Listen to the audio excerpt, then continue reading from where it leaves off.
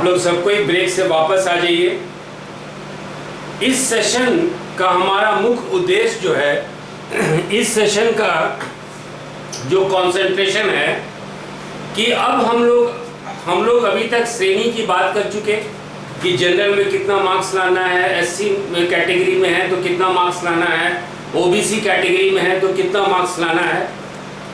अब हम लोग इस सेशन में ये बात करेंगे कि मान के चलिए हम लोग सपोज हम लोग जनरल कैटेगरी में हैं तो वो 55 क्वेश्चन को सही कैसे करें, इस चीज पे हम लोग को कंसंट्रेट करना है। याद रखिएगा कि सपोज हम लोग जनरल कैटेगरी में हैं और 55 क्वेश्चन हम लोग को सही करना है। जो हम कट ऑफ दिए हैं आपको, वो कट ऑफ है यूपीएससी का दिया हुआ। आप यूपीएससी के वेबसाइट में जाएंगे तो ये कट ऑफ मिल जाएगा। उसी कट ऑफ को हम लोग साइंटिफिक रूप से विश्लेषण करेंगे कि कैसे हम लोग ये एग्जाम क्वालिफाई कर जाए।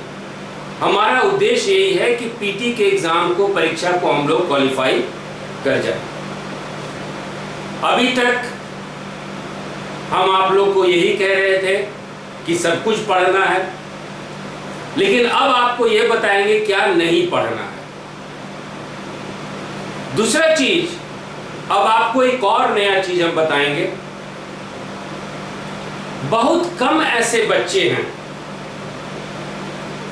क्योंकि यूपीएससी का परीक्षा है, बहुत कम ऐसे बच्चे हैं जो 55 क्वेश्चन सही रूप से मार्क करके आ जाए। कहने का मतलब उनको इस बात का कॉन्फिडेंस रहेगा कि 55 क्वेश्चन मेरा सही आंसर है। ऐसा नहीं होता। कुछ ना कुछ क्वेश्चन के पोर्शन में आपको गेस वर्क भी करना पड़ता है, जिसको कि आज हम लोग हिंदी में तुक्का कहते हैं। तो थोड़ा सा इस सेशन के शुरू में एक तुक्का के बारे में भी आपको एक साइंटिफिक अप्रोच बता दें। ये आपको मदद करेगा, लेकिन तुक्का मारने के लिए भी आपको ज्ञान, नॉलेज, फैक्ट्स की जरूरत है। तो चलिए जरा तुक्का पे जरा बात करते हैं हम लोग। तुक्का पे यदि हम लोग बात करते हैं तो मान के चलिए कि एक क्वेश्चन पे आपको 2 मार्क्स मिलता है और एक गलत आंसर पे आपका 0.66 मार्क्स कट जाता है। मान लीजिए आप 20 क्वेश्चन आप तुक्का मार दिए, तो 20 क्वेश्चन यदि आप तुक्का मारते हैं तो सही होने पे आपको 40 नंबर मिलता है, लेकिन इसकी संभावना, प्रोबेबिलिटी बहुत कम है। लेकिन मान लीजिए इस 20 क्वेश्चन में से आपका 7 क्वेश्चन, इस 20 क्वेश्चन में से आपका 7 क्वेश्चन सही हो जाता है तो आपको 14 नंबर मिलता है। इसकी संभावना बन जाती है कि आप 20 क्वेश्चन किए तुक्का के आधार पर, गेसवर्क के आधार पर, और 7 क्वेश्चन आपका सही हो गया, यानी आप 14 क्वेश्चन आपका सही है। लेकिन 13 क्वेश्चन, बाकी 13 क्वेश्चन पे आपको नेगेटिव मार्क भी मिलेगा। तो 13 क्वेश्चन पे यदि नेगेटिव मार्क मिलता है तो 0.66 इंटू 13 करेंगे तो आपको 9 नंबर जो है कट जाएगा। तो यदि आप 14 मार्क्स में से 9 मार्क्स घटाते हैं तो भी आप 5 मार्क्स के प्रॉफिट में रहते हैं, तो भी आप 5 मार्क्स के प्रॉफिट में रहते हैं। ये समझ में आया स्टूडेंट्स? ये समझ में आया? दिखाई दे रहा है?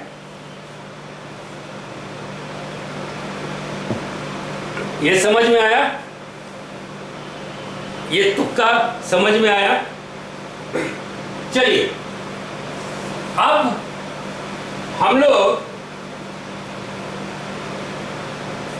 ये डिस्कस करेंगे कि क्या पढ़ना चाहिए, क्या नहीं पढ़ना चाहिए। इससे पहले ध्यान रखिएगा कि आप लोग के मन में कुछ विचार आ रहा होगा एनसीईआरटी पे,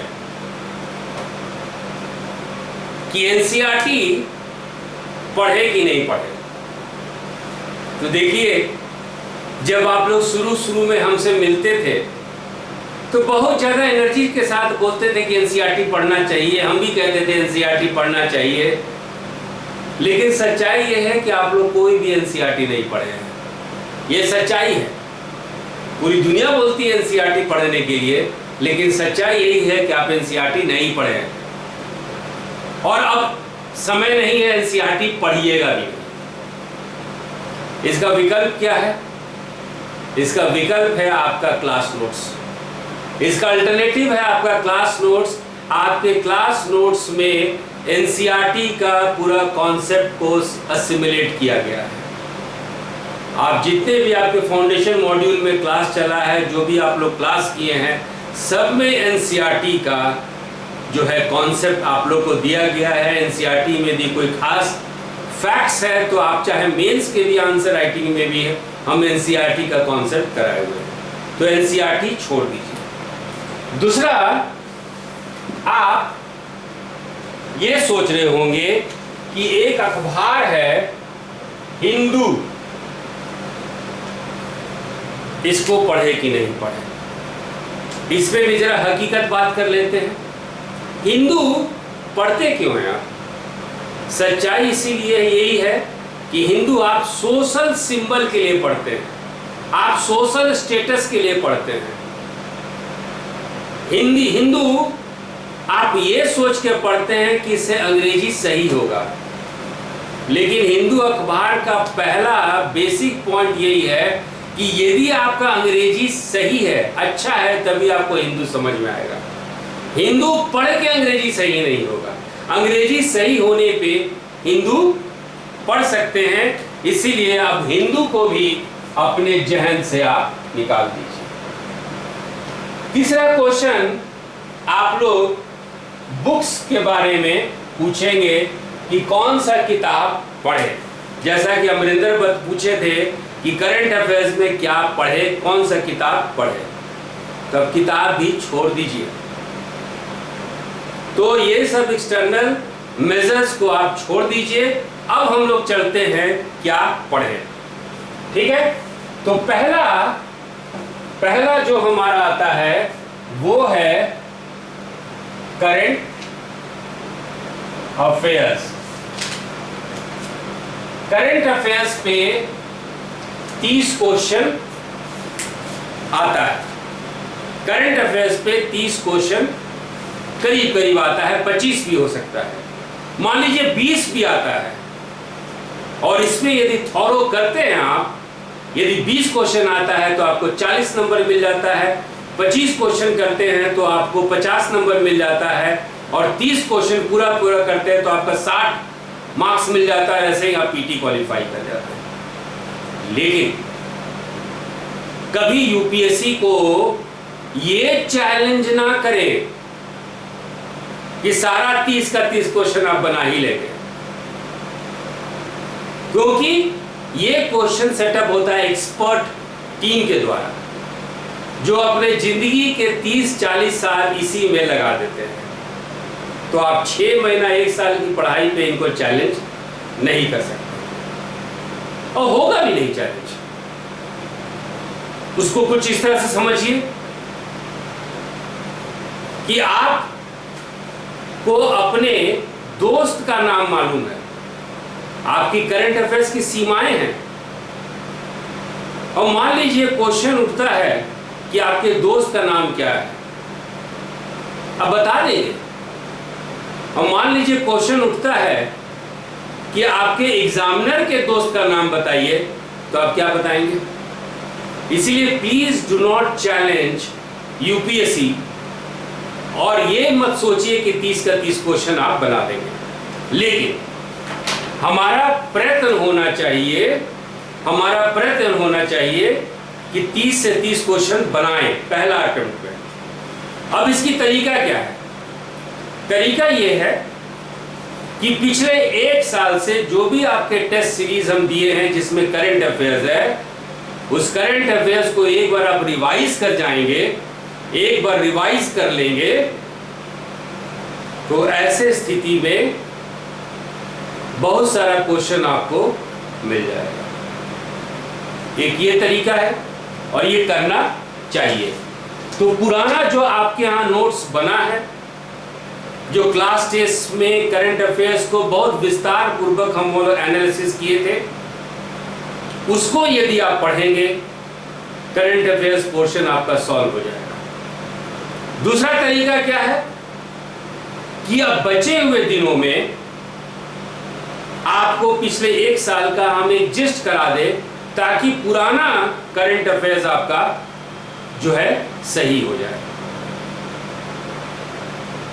तीसरा क्या है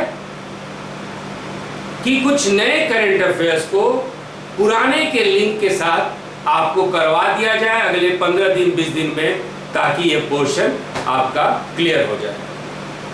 चौथा विकल्प क्या है कि आपका बेस आपका करंट अफेयर्स का नोट्स है।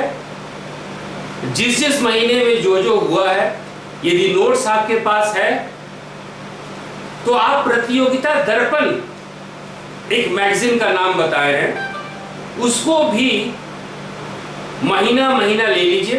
पिछले 6 महीने का कम से कम आपके पास नोट्स 1 साल का है, लेकिन पिछले 6 महीने का ले लीजिए और उसको कोरिलेट करके पढ़िए, तो बहुत हद तक आपका करंट अफेयर्स पोर्शन सॉल्व हो जाएगा। इस मॉड्यूल पे कोई दिक्कत स्टूडेंट, कोई कंफ्यूजन? इस मॉड्यूल पे कोई कंफ्यूजन, डिस्टर्बेंस? दूसरा है एनवायरनमेंट, इकोलॉजी और ज्योग्राफी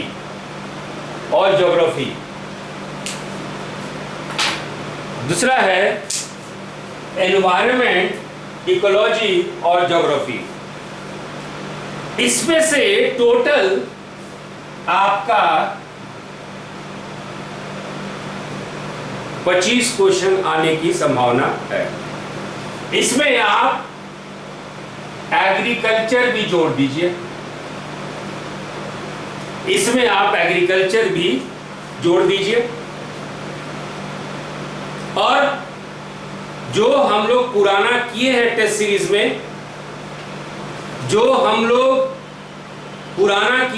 सीरीज में, उसको देखिए। नंबर 2, बचे हुए दिनों में, अभी जो 15 दिन है, 20 दिन है, उस बचे हुए दिन में आपको इन्वायरमेंट, इकोलॉजी और ज्योग्राफी को मिला के फिर से एक रिवीजन टेस्ट एक्सरसाइज दे देंगे, ताकि आप 25 क्वेश्चन लाने में सक्षम हो जाए। याद रखिएगा मेरे बच्चों, एग्रीकल्चर टॉपिक आप लोग के साथ हम शुरू किए हैं। आपको ये एग्रीकल्चर टॉपिक बहुत ही मदद करेगा। तो एग्रीकल्चर, कृषि में भी जो भी हम लोग कॉन्सेप्ट की बात किए हैं, नया तकनीक की बात किए हैं, आगे भी बात करते रहेंगे, उसको इंटीग्रेट कीजिएगा। तो ये 25 क्वेश्चन करने का तरीका है। पुराना टेस्ट पेपर अपना निकालिए, टेस्ट सीरीज निकालिए। अभी बचे हुए समय में इसको आगे और कराएंगे, और एग्रीकल्चर का पोर्शन जो मेंस में कराया जा रहा है, उसको ध्यान पूर्वक देखिए, ये आपको मदद करेगा। Shri Ram Kumar, not clear about current sir. देखिए आपका पिछले 1 साल से जो कोचिंग इंस्टीट्यूट में टेस्ट सीरीज चल रहा था, उसमें से test series set B current affairs पे ही था, और इस करंट अफेयर्स को, एक करंट अफेयर्स सेट को कराने में 3 से 4 दिन लगता था हमको, और इस 3 से 4 दिन में बहुत डिटेल डिस्कशन होता था। और इस करंट अफेयर्स के डिस्कशन में बार बार हम कहते थे कि इसको ढंग से कीजिए, यूपीएससी आपको यही पार लगाएगा। आज उसी बात को हम रिपीट कर रहे हैं। तो पुराना टेस्ट सीरीज आप लीजिए, आपके पास नहीं है तो दोस्त से मांगिए, दोस्त से नहीं है तो दोस्त के दोस्त से मांगिए, लेकिन पुराना करंट टेस्ट सीरीज जो है आपके अपने KSIS एकेडमी का इंस्टीट्यूट का टेस्ट सीरीज को इस्तेमाल कीजिए। Question will come direct, I am telling you, question will come direct. आपके फाउंडेशन के नोट्स का क्वेश्चन जो है डायरेक्ट और इनडायरेक्ट दोनों आएगा। आज हम फिर इस बात को कह रहे हैं, आप 4 अक्टूबर के क्वेश्चन पेपर जब आप देखेंगे तो आपको मालूम चल जाएगा। लेकिन यदि आप नहीं जागे होंगे पहले, तो अब जाग जाइए। फिर से हम करंट अफेयर्स का टेस्ट सीरीज आप लोगों को देंगे, पुराने को और नए को मिलाते हुए, ताकि एक रिवीजन हो जाए। बट पुराना को बेस बनाइए। Is it clear now Shriram? Shriram clear हुआ? और जो दूसरा है एनवायरमेंट, इकोलॉजी एंड ज्योग्राफी और एग्रीकल्चर। ज्योग्राफी में एग्रीकल्चर डालिए, इकोनॉमिक्स में भी एग्रीकल्चर डालिए। और ये पोर्शन आपको कुछ हम लोग शुरू किए थे, और इसको और अच्छी तरह से एक्सीलेंट मोड में हम लोग अभी के टेस्ट सीरीज में कर देंगे। तीसरा जो हमारा जो टॉपिक आ जाता है वो history and culture. History and culture, इसमें ज्यादा भटकने की जरूरत नहीं है। 15 से 16 क्वेश्चन आएगा। इंडियन फ्रीडम स्ट्रगल को मास्टरी कर लीजिए, क्लास नोट्स लाइए, जितने भी अच्छे किताब हैं, जितना भी NCERT है, इंडिया फ्रीडम स्ट्रगल पे उसका नोट्स आप लोग के क्लास में दिया गया है, उसको पढ़ लीजिए, और उस पर कुछ हम एक्स्ट्रा दे भी देंगे, टेस्ट सीरीज के माध्यम से दे देंगे। और कल्चर पे जितना हम लोग किए हैं उसको रिवाइज कीजिए, इस पे भी हम फिनिशिंग टच दे देंगे, ये भी घबराने की बात नहीं है। ठीक है, अब चलते हैं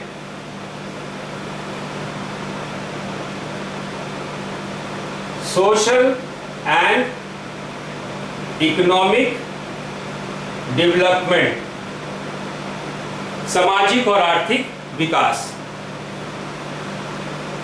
इस सेक्शन को कुछ परियोजना भी आता है, भारत सरकार की योजनाएं आती हैं, कुछ महत्वपूर्ण तकनीक आता है इसमें। ये पार्ट जानबूझकर हम छोड़ दिए थे क्योंकि परीक्षा के समय कराते, क्योंकि इसमें डाटा होता। जैसे कि आपके कल के क्वेश्चन में थाली इकोनॉमिक्स दिए, थाली इकोनॉमिक्स, तो इस तरह का क्वेश्चन जो है यूपीएससी के परीक्षा में आता है। तो थाली इकोनॉमिक्स जैसे कॉन्सेप्ट को हम टेस्ट सीरीज में कराएंगे अभी, इसको बहुत सीरियसली कीजिएगा, क्योंकि इसमें से डायरेक्ट आपका क्वेश्चन आएगा। डायरेक्ट यदि आईएसपीटी में आपका कोई सेक्शन आपको मदद करेगा तो ये सेक्शन मदद करेगा, क्योंकि डाटा हम लोग गवर्नमेंट ऑफ इंडिया का इस्तेमाल करेंगे, और गवर्नमेंट ऑफ इंडिया का डाटा इस्तेमाल करके उसकी व्याख्या करेंगे।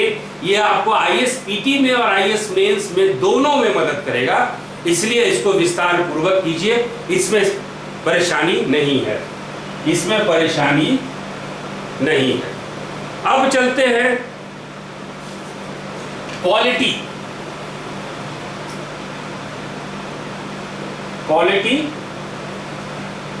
इसको current affairs centred politics policy बनाइए।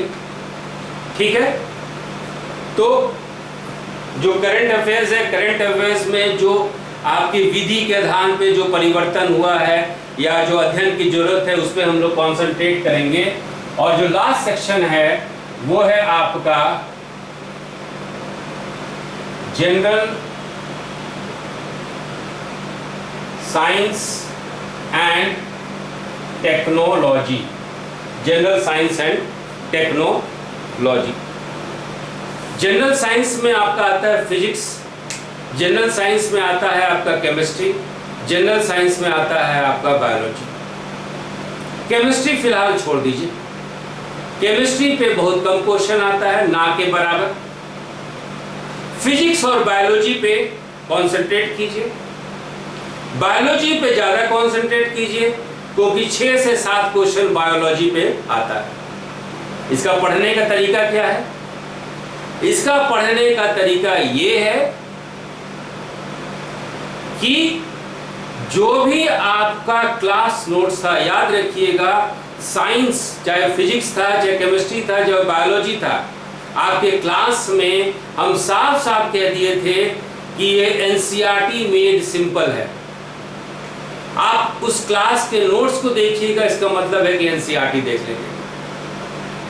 सिर्फ आंख बंद करके जनरल साइंस का एनसीईआरटी मेड सिंपल जो आपके क्लास का नोट्स किया गया है उसको देखिए, दैट्स इट। उसके बाद बायोटेक्नोलॉजी का पोर्शन हम लोग कुछ किए हैं, कुछ और कंसंट्रेट करके आगे करा देंगे। 6-7 नंबर 10 नंबर आपको मिल जाएगा। तो स्टूडेंट्स, हम लोग ये रणनीति से जीएस पेपर को सॉल्व करेंगे।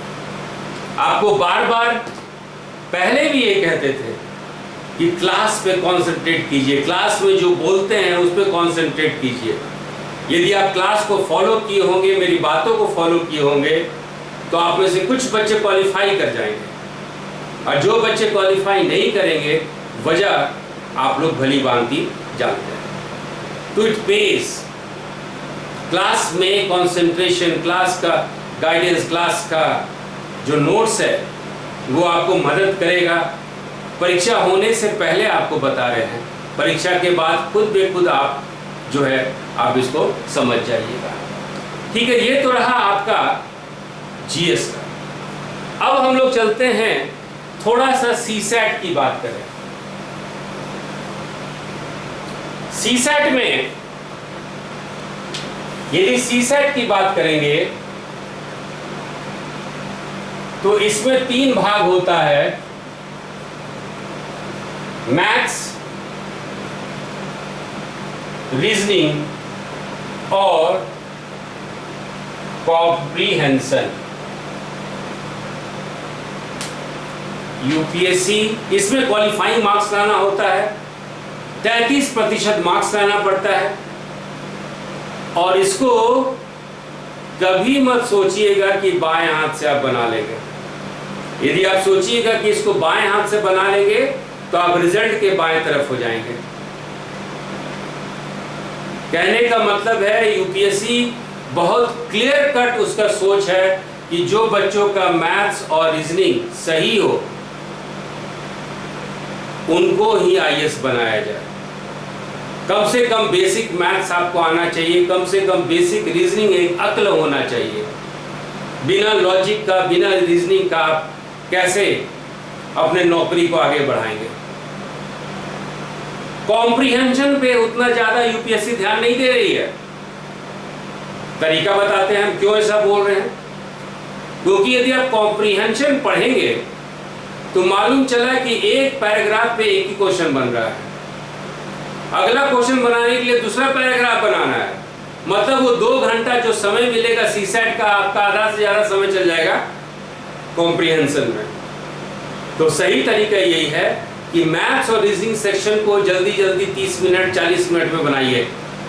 आधा एक 40 मिनट आप डालिए आप मैथ्स पे, अगला 40 मिनट आप रीजनिंग पे डालिए और बाकी समय कॉम्प्रीहेंशन पे डाल दीजिए। कॉम्प्रीहेंशन छूट भी जाता है तो कोई बड़ी बात नहीं है, क्योंकि आपको क्वालिफाई करना है। सीसैट प्रैक्टिस का, सीसैट का यही है कि आप पिछले साल का प्रीवियस ईयर्स का क्वेश्चन पेपर ले लें और उसको टेस्ट को एक बार आप दिन में एक बार या 2 दिन में एक बार वो सीसेट को बनाएं, ताकि आपका बेसिक मैथ्स और रीजनिंग बना रहे। इसको आप जो है छोड़ नहीं सकते। रहा आपका शेड्यूल ऑफ आवर्स कि किस तरह से पढ़ना चाहिए, तो कम से कम लॉकडाउन है, 12 घंटा कम से कम पढ़िए, जिसमें कि 3 से 4 घंटा रिवीजन और 5 से 6 घंटा आप जो है नए नए चीज को देखिए। जो पोर्शन आपका वीक है उसको स्ट्रॉन्ग करने का कोशिश कीजिए। रहा कब से कब पढ़ना चाहिए, तो जो आपका प्राकृतिक नेचर है उसके अनुसार पढ़िए। किसी बच्चों को मुर्गा की तरह सुबह उठने की आदत है तो सुबह उठ के पढ़िए। किसी बच्चों को निशाचर की तरह रात में पढ़ने की आदत है तो रात में पढ़िए। अपने नेचर को चेंज मत कीजिए, लेकिन हाँ, जिस दिन परीक्षा हो उस दिन सुबह उठ जाइए। मालूम चला परीक्षा एक तरफ और आप सोए रह गए, तो इस प्रॉब्लम को जरा अपने आप सॉर्ट आउट कर लीजिए। तो चलिए बच्चों, कल से हमारा जो स्ट्रैटेजी रहेगा, जो पोर्शन हम लोग का बच गया है उसी पे हम लोग कॉन्सेंट्रेट करेंगे, उसी में आगे बढ़ाएंगे। और यदि जनरल के बच्चे हैं या ओबीसी के बच्चे हैं तो मात्र आपको 55 क्वेश्चन सही करना है, और यदि 55 क्वेश्चन सही कर लेते हैं तो आपका पीटी का परीक्षा निकल जाता है। तो let's meet tomorrow and this session comes to an end. Thank you.